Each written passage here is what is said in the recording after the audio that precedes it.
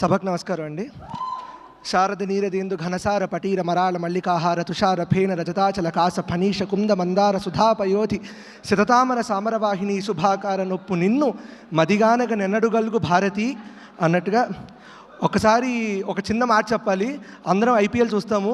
నేను IPL cup మీద ఉన్న ఒక స్లోగన్ చూసేవాడిని, యత్ర ప్రతిభ అవసర ప్రాప్నోతి అని. అంటే దానికి ఇంగ్లీష్లో అర్థం వేర్ టాలెంట్ మీట్స్ ఆపర్చునిటీ అని. 2022 December 31 Kushi cinema, Pawan Kalyan cinema release కోసం నేను హైదరాబాద్ రావడం జరిగింది.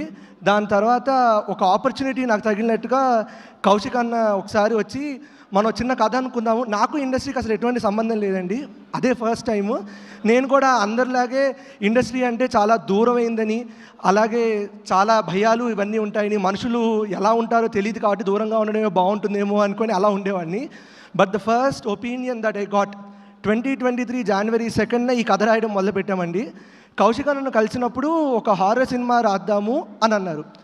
ఓకే, పర్వాలేదు, చాలా హారర్ సినిమాలు ఉంటాయి, ఓకే అనుకున్నాను. కాకపోతే నాకు నచ్చిన విషయం, నన్ను చాలా ఇంప్రెస్ చేసిన విషయం ఏంటంటే, ఒక కథని హారర్ సినిమా అనేది ఉంది. ప్రతి సినిమాలో హారర్ సినిమాలో ఇల్లాజికల్గా కొన్ని సీన్స్ ఉంటాయి, ఎందుకు అక్కడ దయ్యం ఉందంటే ఉంది అన్నట్టుగానే ఉంటుంది.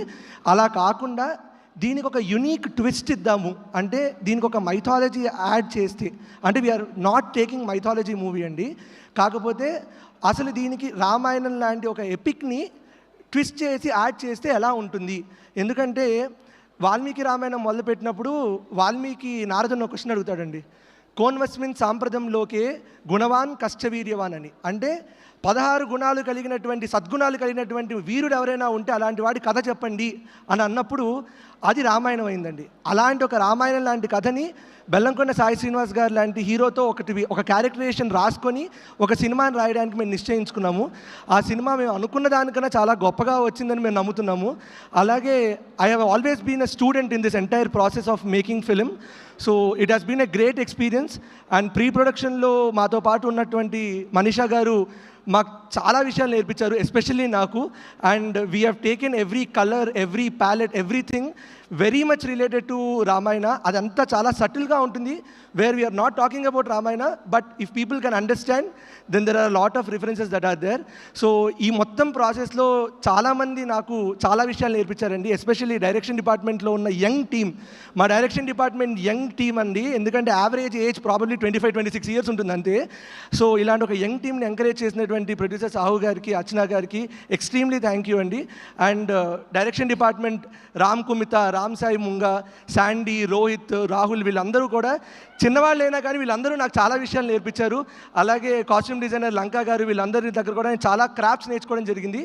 One thing that I say is, industry ఏమి మనకన్నా చాలా దూరమైన విషయం కాదనే విషయం మాత్రం నాకు కౌశిక్ అన్న అండ్ మనీషా గారి వల్ల నాకు చాలా బాగా అర్థమైంది.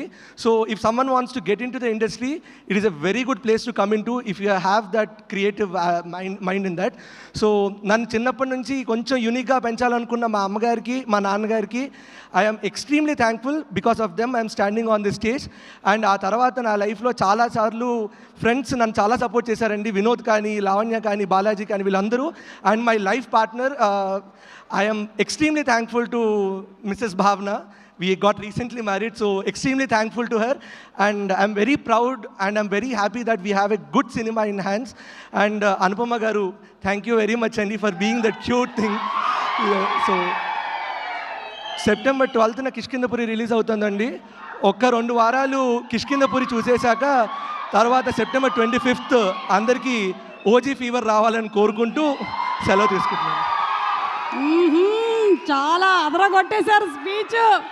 యాంకరింగ్ వైపు రాక